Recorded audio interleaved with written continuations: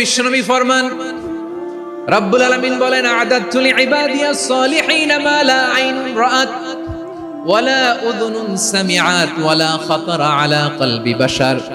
আল্লাহ বলেন, আমার নেককার বান্দাদের জন্য এমন চমৎকার জান্নাত আমি রেডি করে রেখেছি, মা লা আইনুন রাআত, কোন চোখ সে জান্নাতকে দেখে নাই, ওয়ালা উযুনুন সামিআত, কোন কর্ণকুহর সেই জান্নাতের আওয়াজ শুনে নাই, ওয়ালা খাতারা আলা কলবি বাশার, মানুষ কল্পনাতেও জান্নাতের ছবি আঁকতে পারে না। সুবহানাল্লাহ, কল্পনাতেও ছবি আঁকতে পারে না।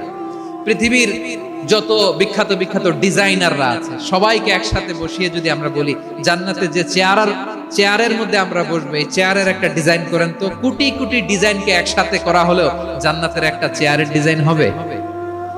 প্রিয় সিলেট, আওয়াজ করে বলো, জান্নাতের একটা চেয়ারের ডিজাইন তারা করতে পারবে? কেমন জান্নাতে আমরা যাব?